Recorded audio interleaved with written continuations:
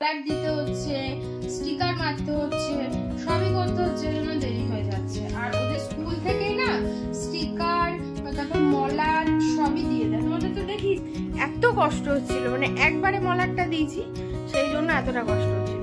সোনা নেই মাঝখানে, মানে বড্ড ফাঁকা, মানে মনে হচ্ছে বাবারই বাবা। যে মানুষ কি নিয়ে এত অহংকার দেখায় সেটা জানি না।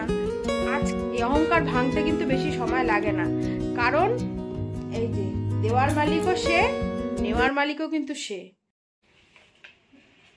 Very very good morning. Good morning এখন আর নেই, কারণ গুড আফটারনুন হতে চলেছে। আজকে দেরিতে একটু ব্লগটা স্টার্ট করছি। তো আশা করি তোমরা সবাই ভালো আছো, আমিও ভীষণ ভীষণ ভালো আছি। আর ভালো তো এখন থাকতেই হবে, কেন বলো তো? দেখতেই পাচ্ছ বই মলাট দিচ্ছি, তার কারণ কাল থেকে সোনার স্কুল স্টার্ট হচ্ছে, ঠিক আছে? তো সেই জন্য বইগুলো ঝটাপট মলাট দিয়ে দিচ্ছি, কারণ কালকে স্কুলে বই জমা নিয়ে নেবে। ওদের স্কুলের এটা খুব সুন্দর নিয়ম, আমার বেশ ভালো লাগে। সেটা হচ্ছে প্রথমেই বই সব নিয়ে নেয়, ম্যাডামদের কাছে বই থাকে, ম্যাডামরা আস্তে আস্তে একটা একটা করে বই দেয়, একটা একটা করে কমপ্লিট করি আমরা বই এবং জমা দিয়ে দিই। কমপ্লিট করি মানে কি বলো তো? কমপ্লিট করি মানে তোমাদেরকে আমি বলছি, সেটা হচ্ছে প্র্যাকটিস বুক। প্র্যাকটিস বুক যেমন এই দেখো একটা প্র্যাকটিস বুক, এই হচ্ছে একটা প্র্যাকটিস বুক। এইগুলোকে প্র্যাকটিস করে বইটাকে পুরো লিখতে হয়। তো এরকম এক একটা করে বই দেবে, এক একটা করে জমা দেব, 1 মাস সময় দেয়, 1 মাস অথবা 20 দিন 25 দিন সময় দেয়, তার মধ্যে বাচ্চাকে কমপ্লিট করাতে হবে, তারপরে বইটা নিয়ে নেবে। তো সেই জন্য তো কালকে বলেছে সব বই জমা দিয়ে দিতে, কালকে ডেট, কাল হচ্ছে 20 তারিখে। তো যাই হোক, সেই জন্য বইগুলো মলাট দিচ্ছি। আর তোমরা ভাবছো যার বই মলাট দিচ্ছি সে কে, তাকে তো দেখছি না, একদম সে নেই বাড়ি, সে গেছে তার দিনদা বাড়ি। তার মিমি এসে নিয়ে গেছে তাকে বাড়িতে, কারণ বাড়িতে অনেক লোকজন আছে, ওর বাড়িতে মন টিকছে না, বলছে যাই ওকে তাহলে চল, আমি মানে ওকে আমি নিয়ে যাই এসে। আমি ঠিক আছে তা নিয়ে যা। তো শোনা গেছে দিনদা বাড়ি, আমি রাতে গিয়ে নিয়ে আসবো, এই ফাঁকে ঝটপট বইগুলো মলাট দিয়ে ফেলি। তো এইভাবে আজকের দিনটা শুরু করছি। সবাই ভালো থেকো। তাহলে চলো ব্লগটা আমি কন্টিনিউ করি।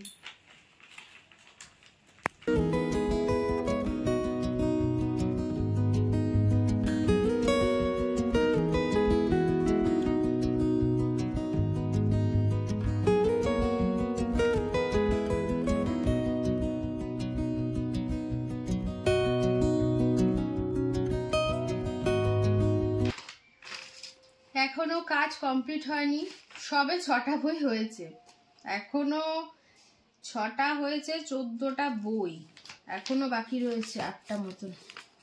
হ্যাঁ 2 2 4 5 8টা এখনো বাকি।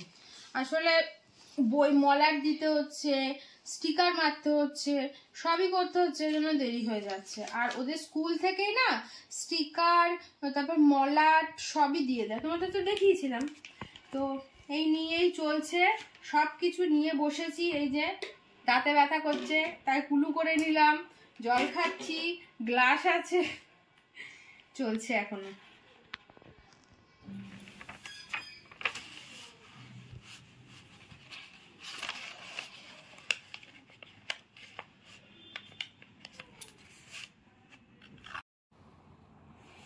এই যে এতক্ষণ বসে শেষ করলাম, দেখো ঘড়িতে বাজে 3:35, এখন সবে শেষ হয়েছে, এখনো সেলুটেপ মারাটা বাকি আছে। এই দেখো বাজে হচ্ছে 3:35, তো এখন এই সেলুটেপগুলো মারবো, তারপরে খাবো, তারপরে একটু রেস্ট নেবো। মাজাটা পুরো ধরে গেছে আজকে।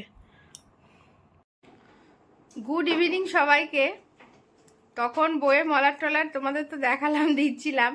বইয়ের মলাট টলাট দেওয়া হওয়ার পর, মানে একসাথে এতগুলো বই মলাট দিয়েছি, মলাট টলাট দিয়ে এত মাজা ব্যথা, ঘাড়ে যন্ত্রণা উঠে গেছিল, মানে আমি ওই মলাট দিয়েই শুয়ে পড়েছি, খাইও নি, শুয়ে পড়েছি। শোয়ার থেকে উঠে তারপরেই সন্ধ্যাবেলা আগে একটু খেলাম। এত কষ্ট হচ্ছিল, মানে একবারে মলাটটা দিয়েছি, সেই জন্য এতটা কষ্ট হচ্ছিল।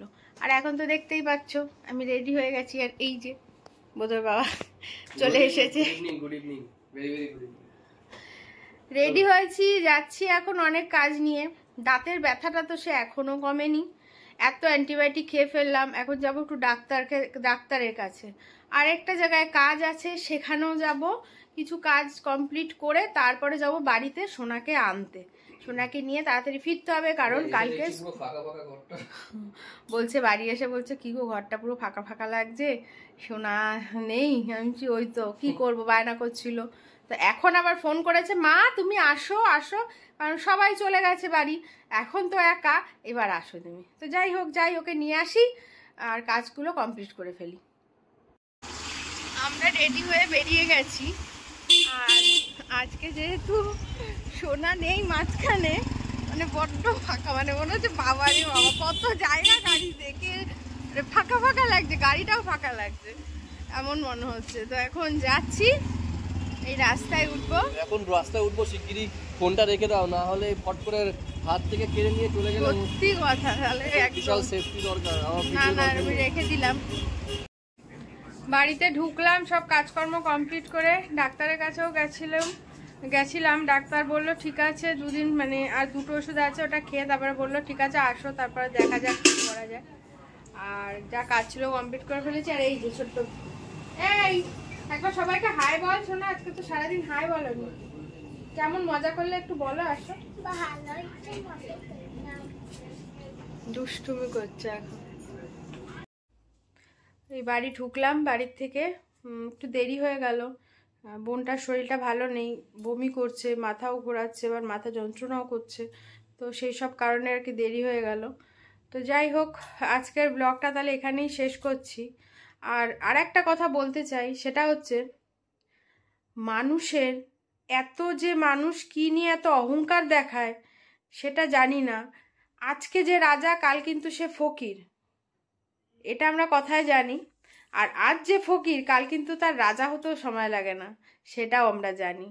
তো যাই হোক, এই যে মানুষের অহংকার, মানে এটা যে কেন মানুষ দেখায়, এটা আমার মনে হয় একদমই উচিত নয়। এই অহংকার ভাঙতে কিন্তু বেশি সময় লাগে না, কারণ এই যে দেওয়ার মালিকও সে, নেওয়ার মালিকও কিন্তু সে। দোষ যদি তুমি করো শাস্তি তুমি পাবে, দোষ যদি অন্য কেউ করে শাস্তি সে পাবে। তো যাই হোক, কেন এই কথাটা বললাম সেটা আর বললাম না। আজকে কিছু জিনিস দেখলাম, তাই কথাটা বলতে বাধ্য হলাম এবং কথাটা বললাম। তো ঠিক আছে, তাহলে সবাই ভালো থেকো। আর সবাইকে একটা কথা বলবো, এই যে অহংকার, এই যে মানে নিজেকে সবার সামনে বড় প্রমাণ করা, আমার মনে হয় এগুলো না করলেই সে ভালো থাকবে। সে যে এই জিনিসগুলো করে সে কখনোই ভালো থাকে না। সে বাইরে দিয়ে দেখাতে পারে আমি খুব ভালো আছি, বাট সে তার মনের দিক থেকে কখনোই ভালো থাকতে পারে না। তো যাই হোক, অনেক ভাষণ দিয়ে ফেললাম। সবাই ভালো থেকো, সুস্থ থেকো, ভগবানের কাছে এটাই প্রার্থনা করি সবাইকে যেন ভালো লাগে, ভালো রাখে, সে আমার শত্রু হোক বা আমার মিত্র হোক, কারণ ভালো রাখা না রাখার সব কিছুর মালিক হচ্ছে তিনি। গুড নাইট, দেখা হচ্ছে কালকে একটা নতুন ব্লগ নিয়ে। সবাই ভালো থেকো, সুস্থ থেকো।